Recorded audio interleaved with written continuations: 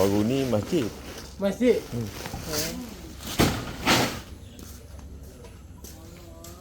Ni yang dia tak makan. Ha? Mau dia rasul.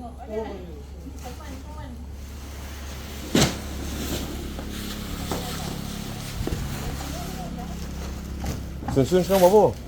Susun 60. 60. Yang ni 73. Wah, alang-alang ambil 3 lah.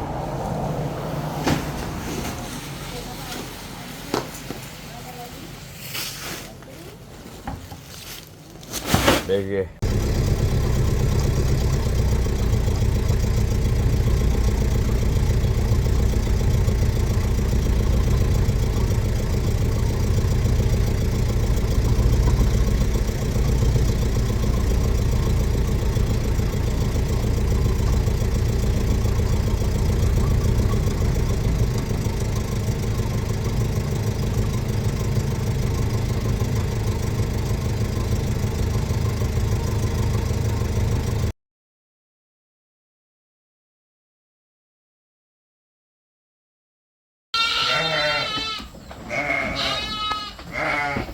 Lawa pula yang baru beranak ni ha.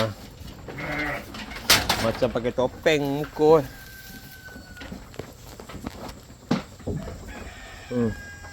Macam pakai topeng. Lawa weh, lawa. Sikit hitam selingor, hitam sikit. Semalam beranak ni.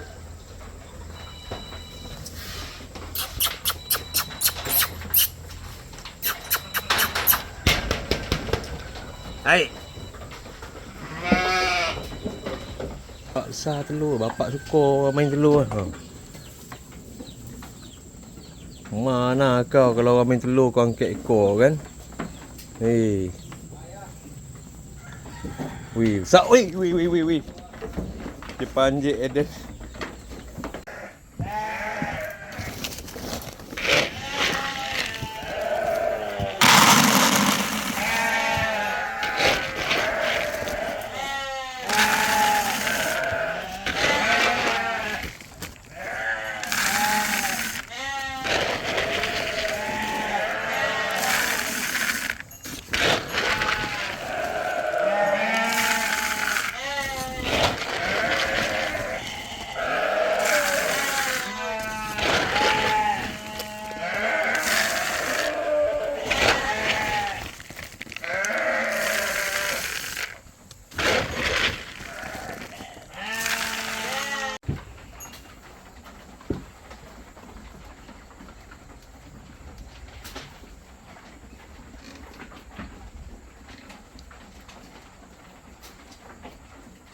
Ni manusia, cepat sikit.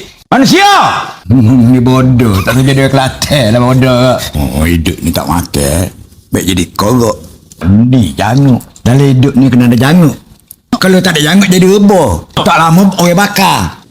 Hidup ni kena pandai. Kena ni baru boleh barang free. Tengok. Ha. Man, kau tengok Man. Bapak banyak dibawa Man. Gila ni. Kerja berat, peras keringat, banting tulang, pontang panting dari berdiri sampai nungging. Tapi mengapa masih banyak rakyat miskin? Apa harus budidaya kala jengking? Kelihatan ku baca di sosial media, kalau Anda ingin cepat kaya, wow, hidup yang irit nggak usah mewah-mewah. Kalau beras mahal, tawarlah biar murah. Lauk pauk pun cukup seadanya, asal jangan cacing sarden keong sawah. Diet makan sayur, nggak usah makan daging, nanti malah timbulnya darah tinggi, kepala jadi pusing.